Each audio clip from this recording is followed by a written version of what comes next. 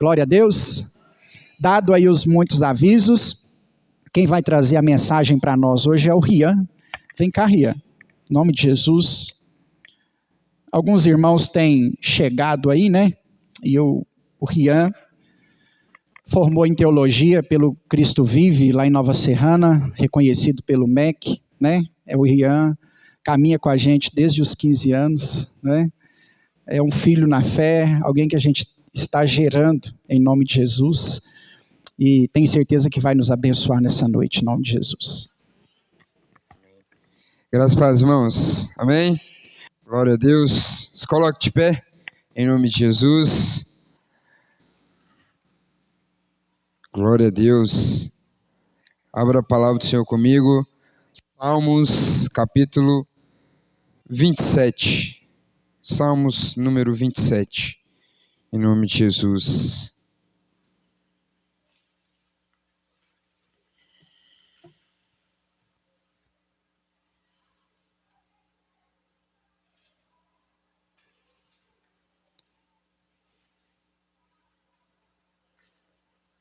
Salmos de número 27.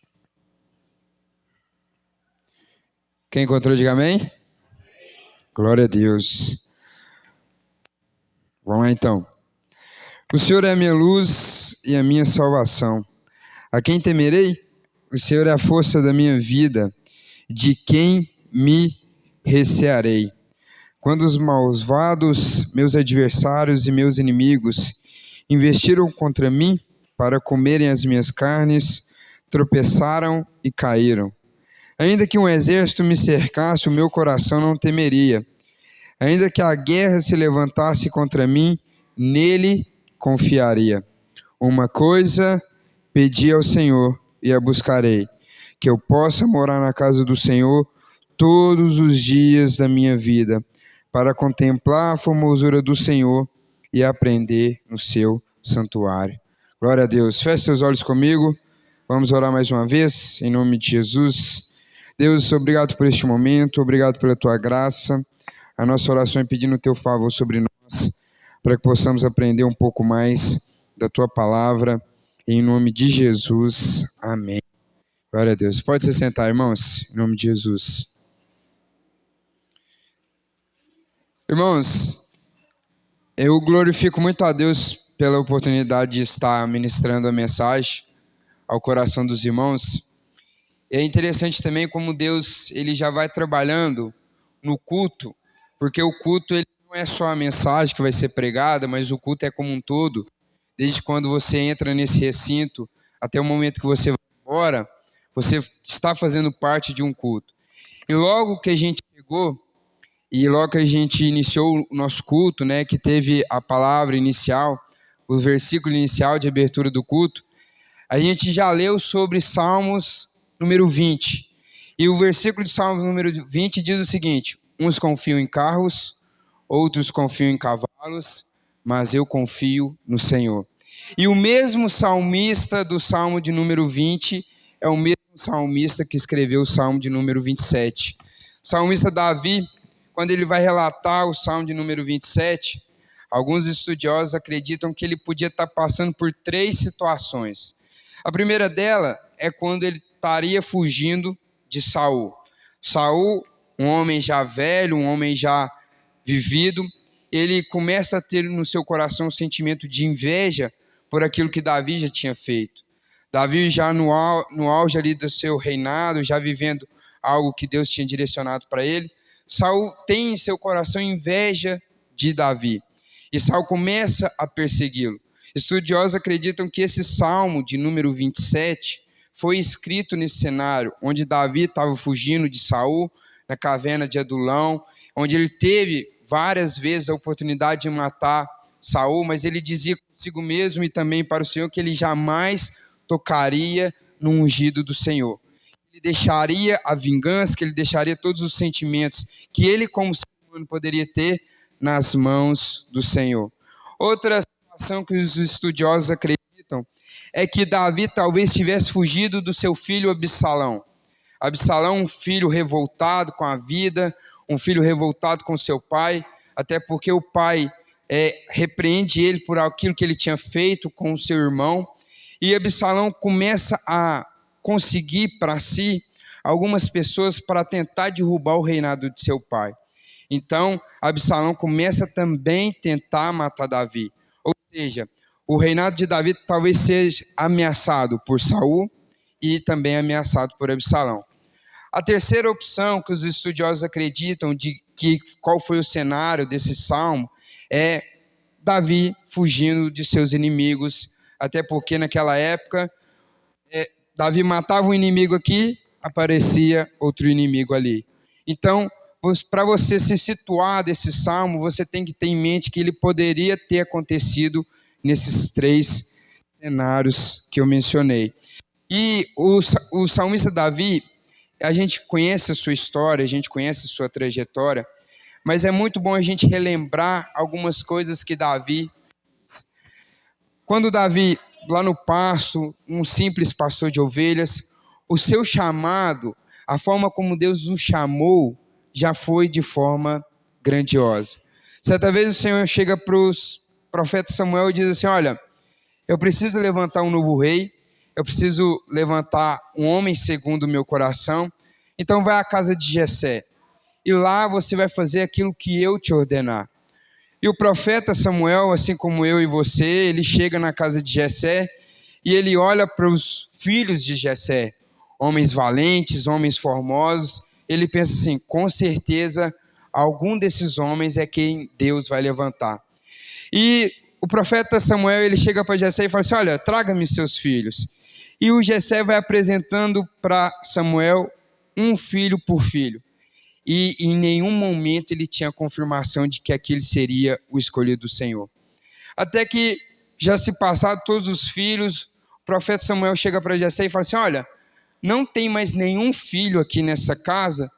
E Jessé lembra que tinha Davi, um jovem ruivo, pastoreando as suas ovelhas. Ele fala assim: olha, eu tenho meu filho, mas ele é novo, agora que ele está na mocidade, não, traga-me ele. E assim que os olhos de Samuel saltam com os olhos de Davi, à vista de Davi, automaticamente ele tem a confirmação de que aquele seria o ungido do Senhor. E a história vai dizendo, vai continuar dizendo a mais linda trajetória que Davi tinha na sua vida. Um homem escolhido por Deus, um homem que foi e virou o maior líder, um dos maiores líderes, sem dúvida alguma, que Jerusalém já teve. Conquistou Jerusalém, trouxe a arca de volta e assim por diante. Mas, um certo dia, Davi comete, que sem dúvida alguma é lembrado por nós até o dia de hoje. Certo dia, ele ali no seu palácio, como que quem não quer fazer nada, ele avista uma bela mulher. E essa mulher, a vistosa, formosa, à vista, ele se define e ele fala assim: não, acho que eu posso ter alguma coisa com essa mulher. E a palavra nos ensina lá em 2 Samuel que Davi se deita com essa mulher, no nome Betseba. Porém, a partir desse momento, a trajetória de Davi começa a mudar constantemente. Até porque ele se deita com essa mulher engravida, e Davi, ele, num ato de omitir qualquer suspeita, ele manda o marido dessa mulher para a guerra, Urias, e mandando o marido dessa mulher para a guerra, ele coloca esse homem à frente da batalha, ou seja, na tentativa de, para que ele morresse, porque naquela época, quando os soldados, eles estavam à frente da batalha, no primeiro campo assim, a tendência que eles morressem era maior, porque eles seriam os primeiros a serem alvejados. E a história nos ensina, 2 Samuel nos ensina que Urias morre, o filho que Betseba teve com Davi também morreu, porém, continuou a consequência do pecado de Davi. O Salmo de número 51 vai dizer que Davi se arrependeu de tal forma, ele vai falar assim: Senhor, se o Senhor se agradasse de sacrifício, eu te daria, mas o Senhor não resiste a um coração contrito e quebrantado. Então Davi se quebranta, Davi se arrepende, e agora Davi está passando por alguns cenários no qual eu mencionei no início dessa mensagem. Para você entender a forma como que Davi está. Davi está em 3 cenários, e Davi agora já se arrependeu do seu pecado, já está com o coração contrito e arrependido, e ele faz essa oração. E essa oração que a gente vai pegar alguns trechos dessa oração, que vai nos ensinar e para que possamos aprender para o nosso dia a dia. Nos cultos de quinta-feira, a gente sempre traz mensagens aqui na igreja que vão nos ajudar na nossa caminhada cristã. Então, aprendendo com esses versículos, aprendendo com a oração de Davi, fugindo dos seus inimigos, a gente vai trazer esses versículos para a nossa vida e aprendemos um pouco mais deles em nome de Jesus. Amém? Acompanhe comigo com a sua Bíblia aberta, em nome de Jesus. O versículo de número 1, o salmista começa dizendo o seguinte: o Senhor é a minha luz e a minha salvação. A quem temerei? O Senhor é a força da minha vida, de quem me recearei. Na vida de Davi, por mais que ele estava passando por várias afrontas, dificuldades, igual eu mencionei, talvez ele estava fugindo de Saul, de Absalão, dos seus inimigos, ele tinha uma certeza que nós, como cristãos, hoje, também temos que ter essa certeza, que independente das circunstâncias, nós não devemos temer a nada. O nosso Senhor é o Senhor que é a nossa luz. Imagine só, se a gente apagar essas luzes que estão aqui, você pode ter certeza que você não está nada. Mas a partir do momento que uma só dessas lâmpadas é acesa, a gente começa a avistar alguma coisa. O salmista diz o seguinte: o Senhor é a minha luz. O Senhor é aquele que vai me dar o direcionamento. O Senhor é aquele que vai me dar a direção. Quando tudo estiver escuro, o Senhor vai ser aquele que vai me dar a luz. O Senhor, lá em Gênesis, ele vai dizer o seguinte: haja luz e houve luz. Lá nos primeiros versículos de Gênesis vai dizer assim, que a terra era sem forma e vazia.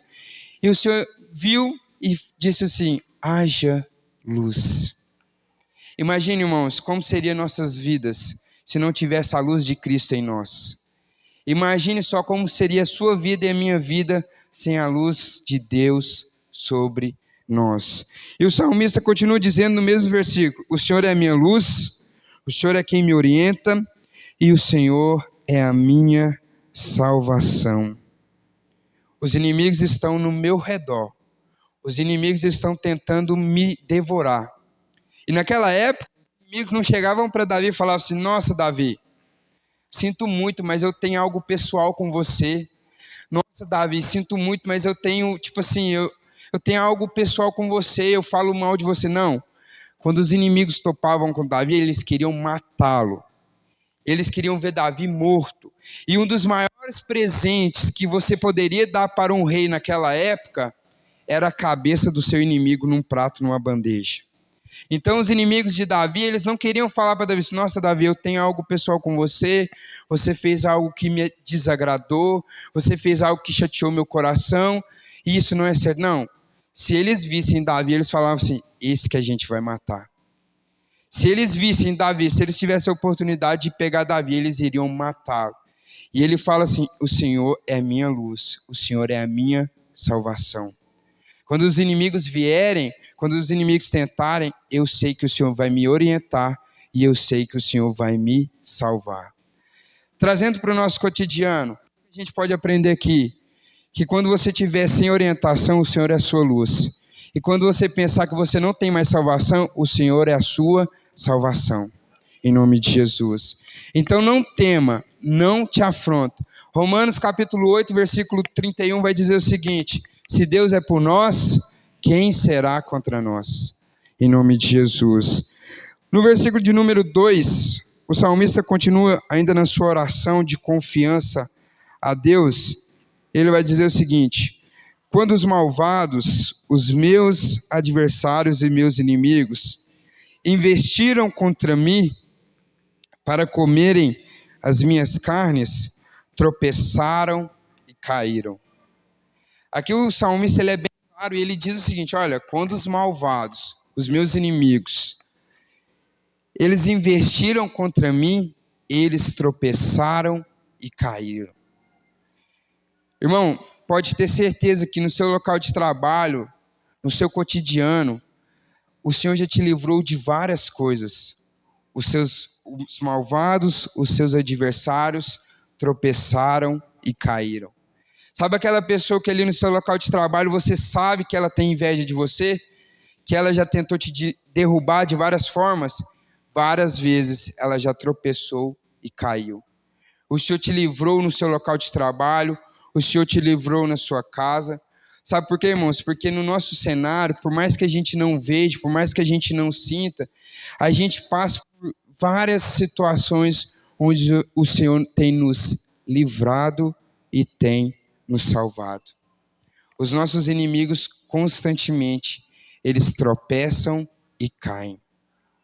Os nossos inimigos constantemente, eles estão tropeçando e caindo, porque o nosso Deus é o Deus da terra, o nosso Deus é o Jeová, o nosso Deus é o Criador dos céus e da terra, o nosso Deus é o mesmo Deus em quem Davi tinha a sua confiança. Não sei o que você está passando, eu não sei o que você está vivendo, eu não sei o que você tem passado, enfrentado, mas sabe de uma coisa, os seus inimigos tropeçaram e caíram, porque a sua salvação está no Deus de Israel, em nome de Jesus. E é mais interessante, sabe o quê?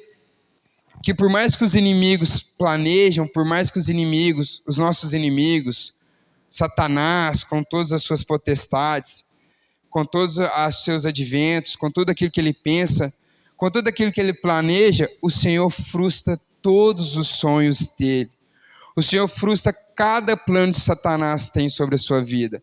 Talvez você saindo da sua casa, Satanás tinha um propósito de fazer você colidir com alguém, mas o Senhor frustrou todos os planos de Satanás. Sabe, muitas das vezes a gente não acredita, muitas das vezes a gente não percebe que o Senhor nos deu todos os livramentos que foram possíveis hoje no nosso dia.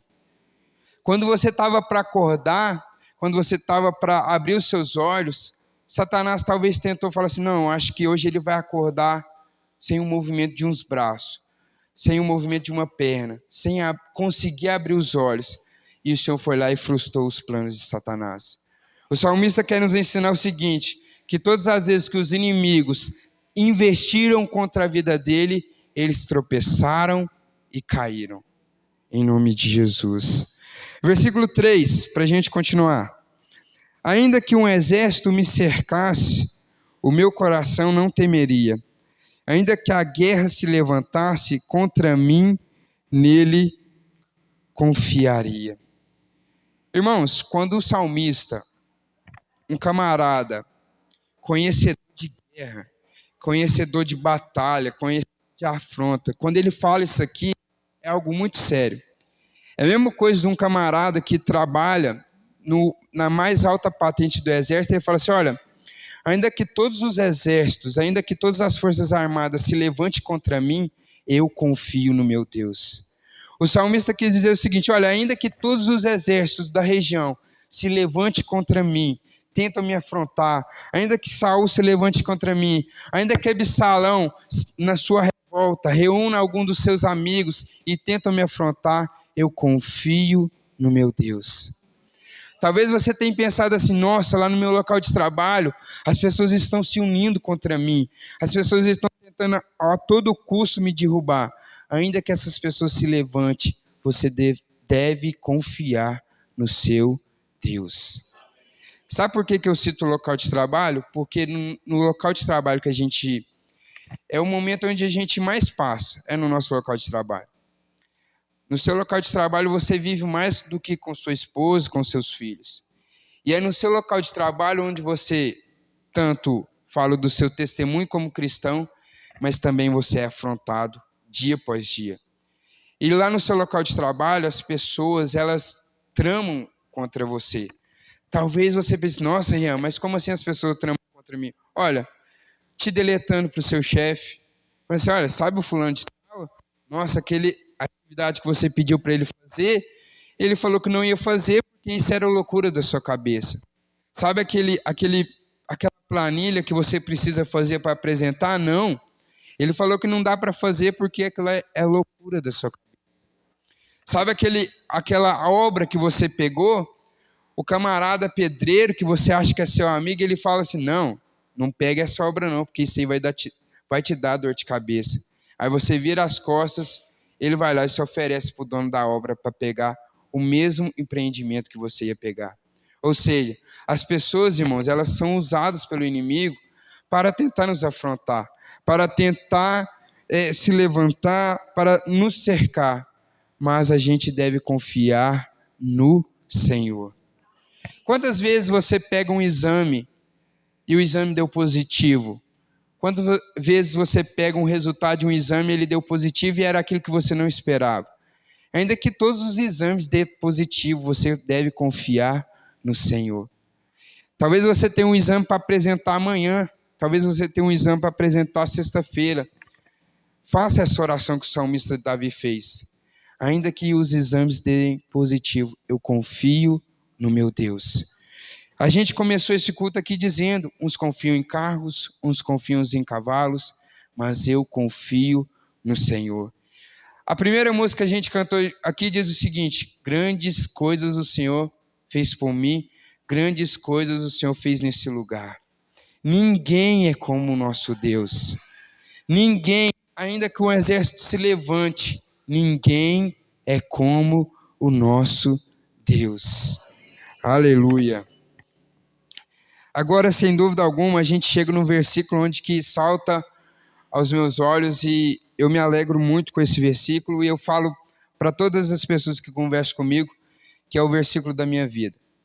E o salmista, ele fala o seguinte, uma coisa pedi ao Senhor e a buscarei, que eu possa morar na casa do Senhor todos os dias da minha vida, para contemplar a formosura do Senhor e aprender no seu templo. Por toda a minha vida eu carrego esse versículo comigo. Desde quando eu me entendo por gente, eu leio a Bíblia, já anotei esse versículo. Até na minha Bíblia aqui está marcada a leitura que eu fiz dele, dia 13/10/2017. E eu marquei ele. Só que só agora o Senhor trouxe à minha memória algo interessante desse versículo. Que o salmista aqui, ele está fugindo dos seus inimigos, ou seja, ele não está no templo nesse momento. Ele está fugindo dos seus inimigos. Ele está orando ao Senhor, ele está tendo confiança no Senhor. Mas sabe qual que era a maior sede do salmista, mesmo fugindo dos inimigos, mesmo tudo dando errado? É que ele possa ter a presença do Senhor com ele. Por mais que na sua vida esteja tudo turbulento, tudo tumultuado, faça a oração. Senhor, uma coisa te peço, que a sua presença esteja comigo.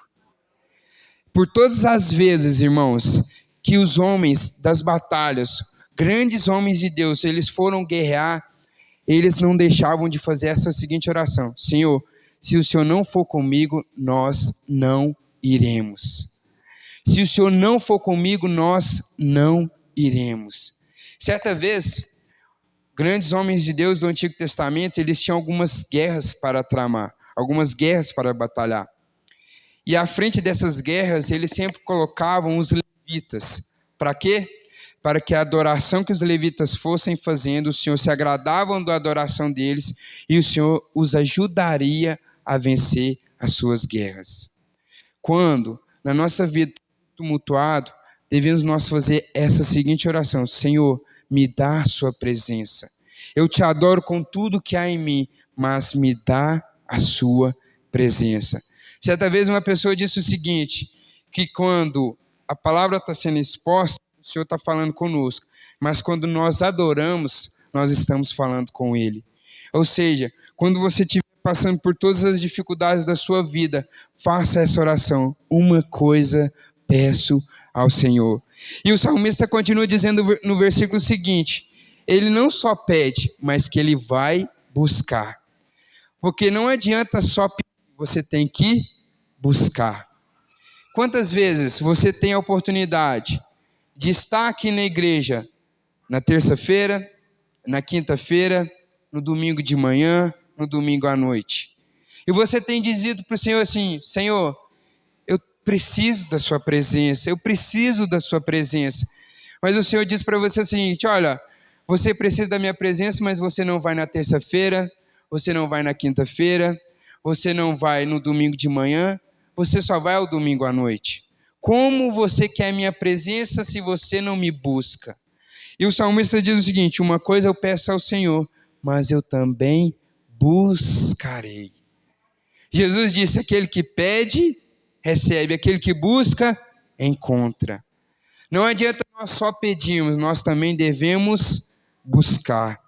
E o salmista continua no mesmo versículo dizendo o seguinte: uma coisa pedi ao Senhor e eu buscarei, que eu possa morar na casa do Senhor todos os dias da minha vida. O salmista Davi, ele era um homem de batalhas, um homem sanguinário. Ele matava várias pessoas.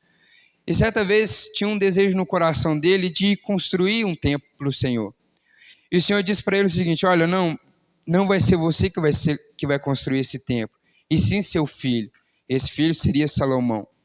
Mas Davi tinha esse desejo ardente no coração dele de ter a presença do Senhor junto dele.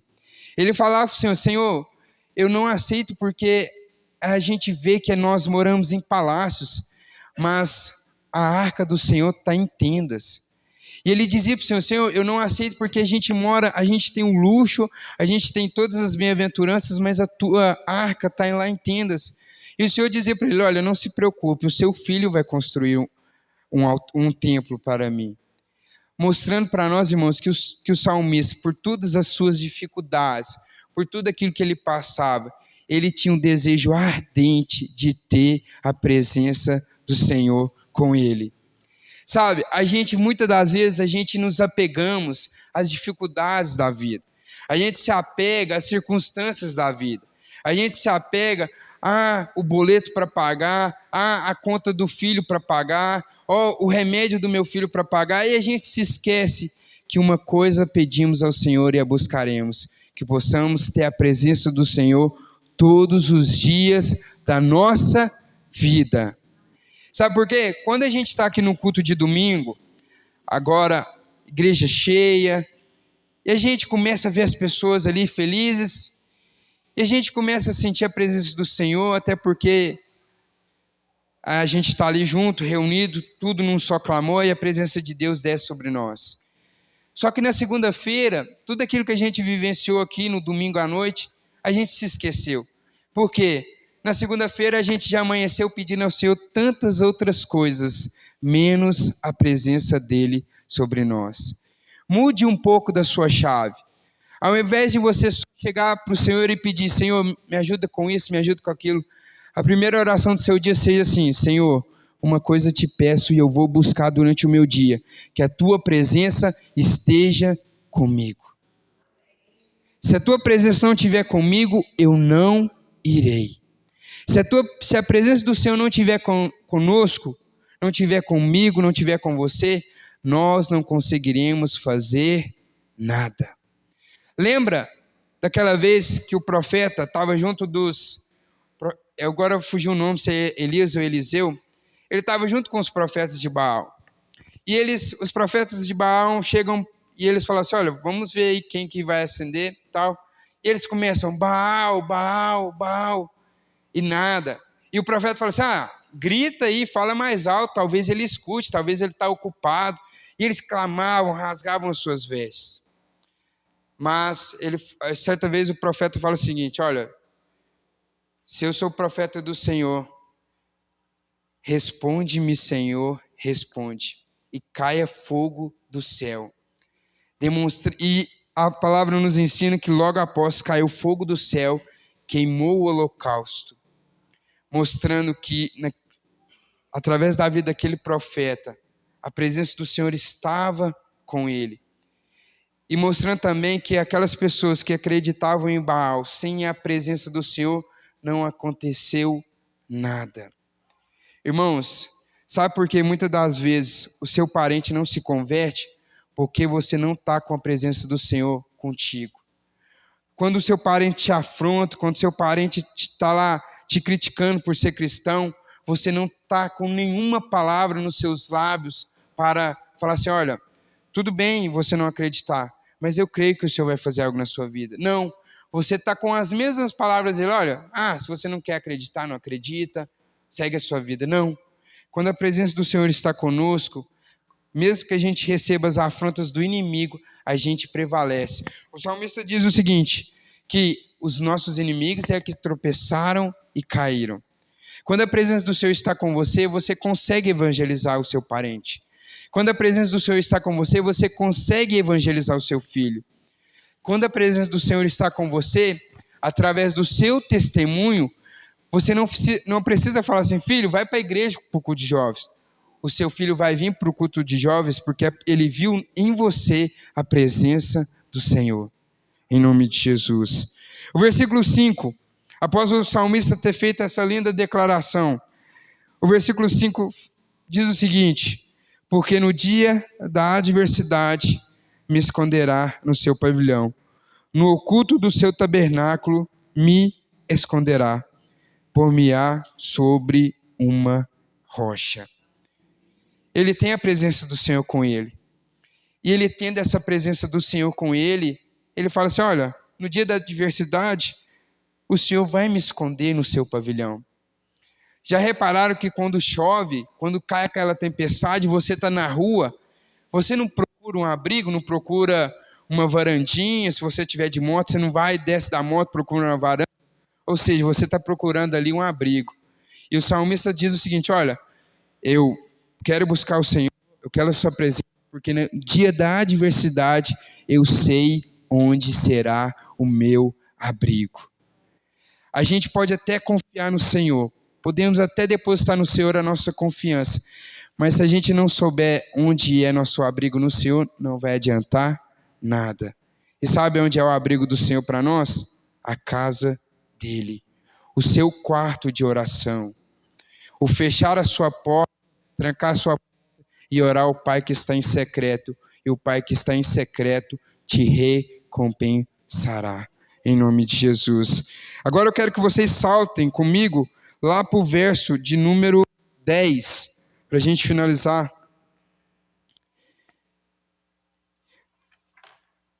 Versículo de número 10 do Salmo de número 27 ainda.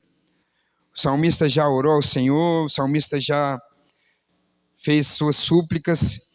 E só para vocês entenderem o cenário desse salmo, que é o seguinte, o salmo tem 14 versículos. E do versículo de número 1 ao versículo de número 7, o salmista está ali com todas as suas forças, orando, clamando. Mas no versículo 8 em diante, o salmista já demonstra o seu lado humano de ser, as dificuldades que ele passou. E no versículo de número 10, ele continua dizendo o seguinte, porque quando meu pai e minha mãe me desampararem, o Senhor me recolherá. Pode um pai ou uma mãe esquecer do teu filho, ainda que ele se esqueça toda vida, eu não me esquecerei de ti. O versículo 11 diz o seguinte também, ensina-me, Senhor, o teu caminho e guia-me pela vereda direita, por causa dos que me andam espiando. Agora salta comigo lá para o verso de número 13. Pereceria sem dúvida se não cresse que veria os bens do Senhor na terra dos viventes. Versículo 14. Espera no Senhor, anima-te, e Ele fortalecerá o teu coração. Espera, pois, pelo Senhor. Em nome de Jesus. Irmãos, que nessa noite você possa esperar e confiar no Deus da sua salvação. Tem uma música que diz o seguinte, aquele que acalma o vento, aquele que aquieta o mar, e a canção continua dizendo, que tira a força do fogo e faz o leão jejuar. Esse é o nosso Deus. Vocês já pararam para pensar? Aquele que acalma o vento, aquele que aquieta o mar, esse é o Deus da sua salvação. Em nome de Jesus. Glória a Deus. Coloque de pé, em nome de Jesus. Para a honra e glória do nome do Senhor. Glória a Deus.